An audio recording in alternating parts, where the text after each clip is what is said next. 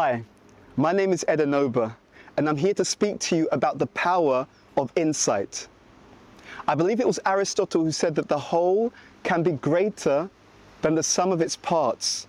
But the question is, exactly what did he mean by this?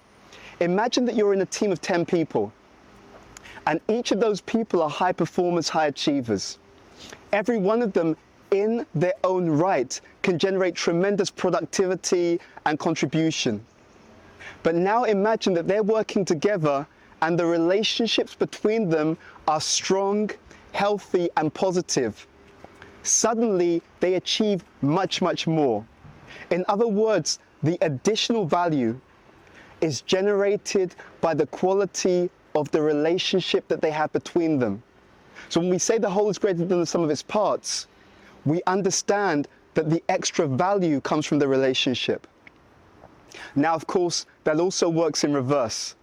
If you have a group of people together and the relationships between them are negative, actually, and I think some of us have seen this before, actually the whole becomes much less than the sum of its parts.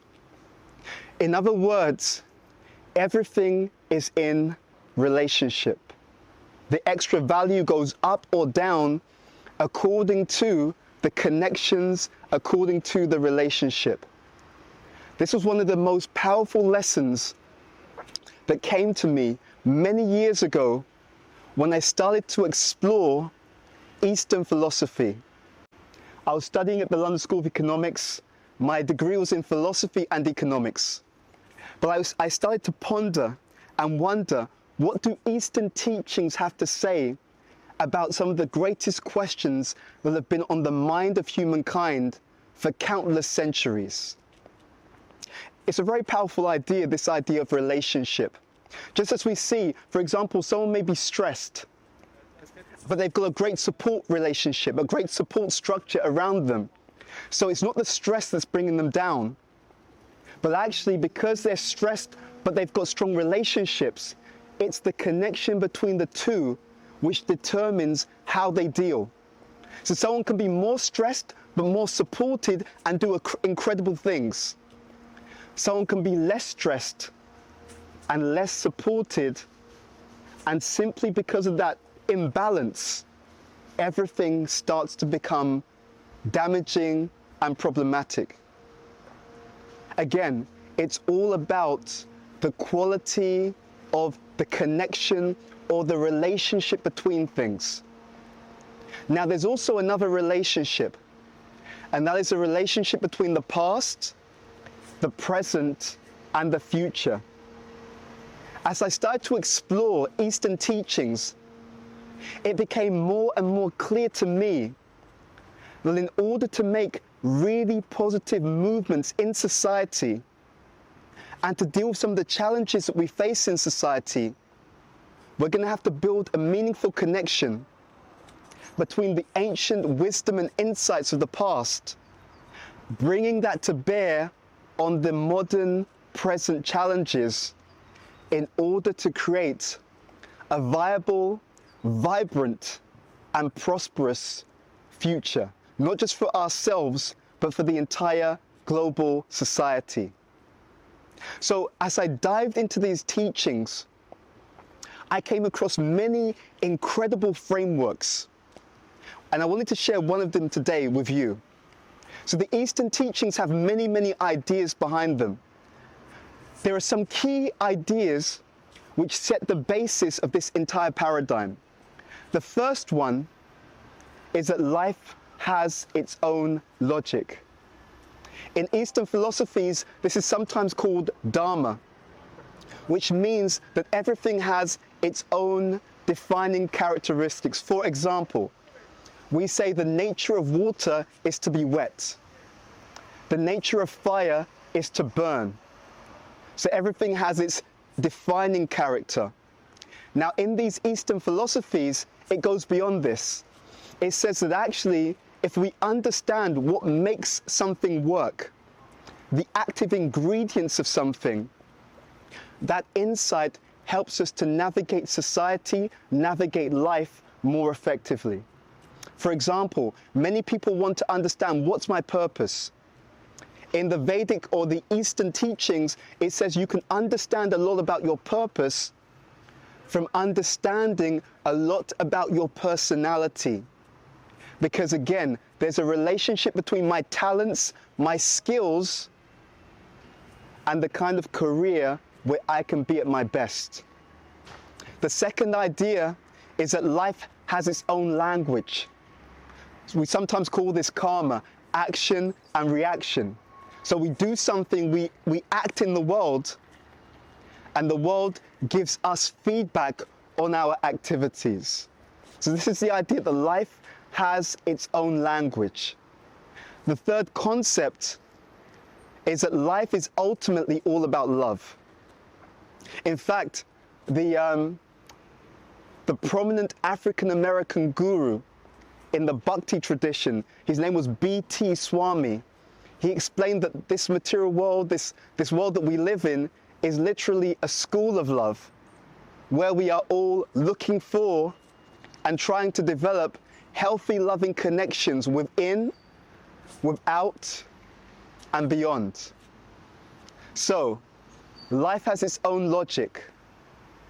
Life has its own language. And life is ultimately about love. Ultimately about loving connections. Again, the same idea that everything is in relationship.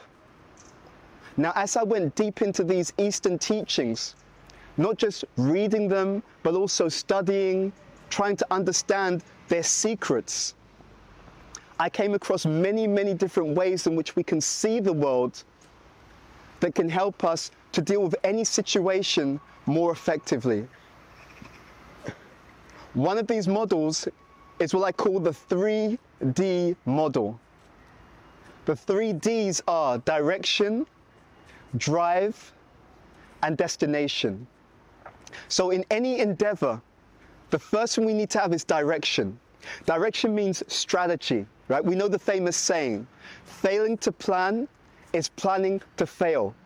So as a leadership expert, I often work with leaders around the world.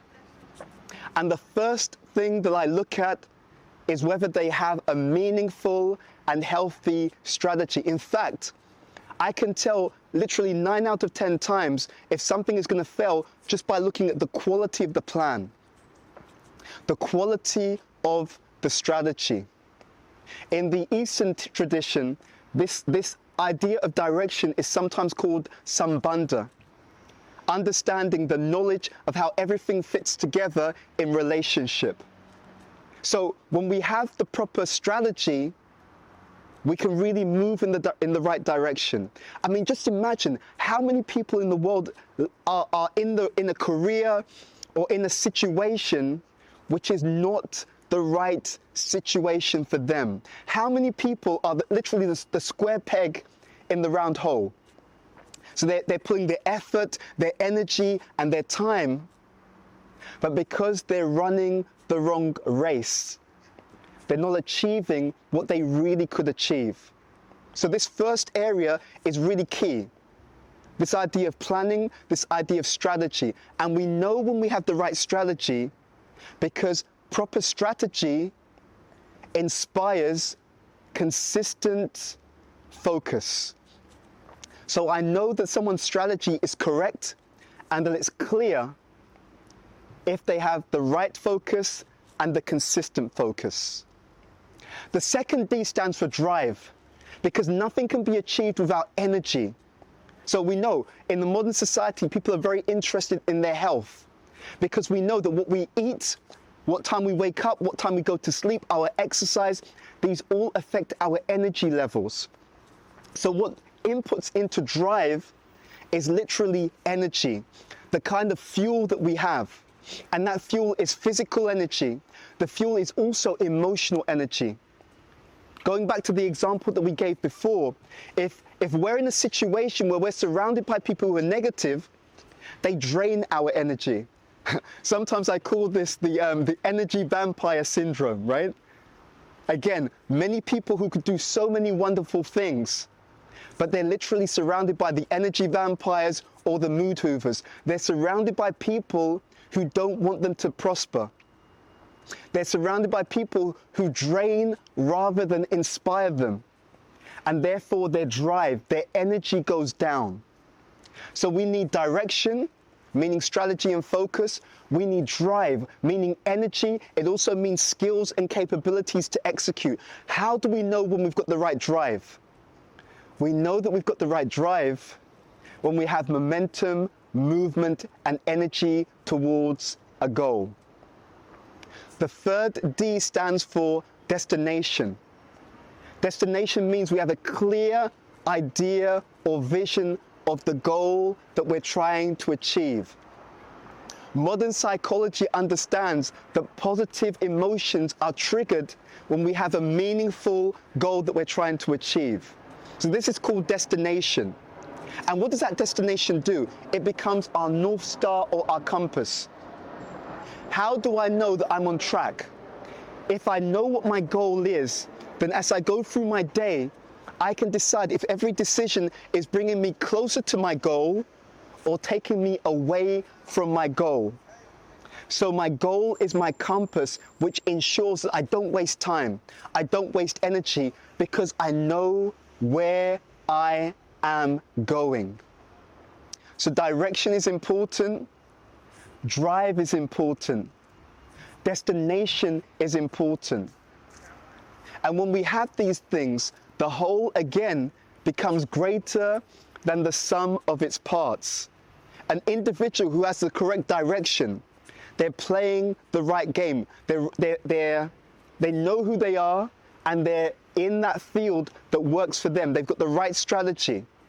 The individual who has that direction and who has drive, either collectively because they're part of a team, or drive because what they're trying to achieve is an individual goal. That means they have energy and momentum towards their goal. And the last thing, they have this destination. They have a clear objective. Now, this is also interesting. When I have a clear objective, it becomes very powerful, because every time I hit my goal, I gain a lot. What do I gain? I gain a sense of accomplishment. I gain a sense of confidence that I can do this again. But I also gain humility. Why would I gain humility?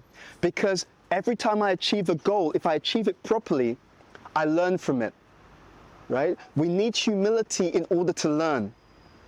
Because a person who's proud thinks I know everything, and therefore they close the doors to more insight. A person who's humble always feels there's more that I can learn.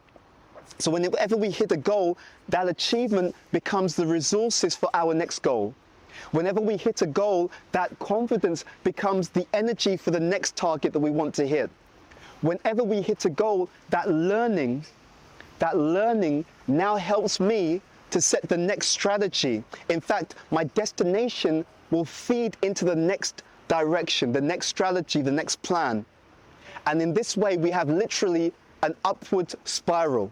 I call this the virtual circle, the virtuous circle, that the success literally breeds more and more success.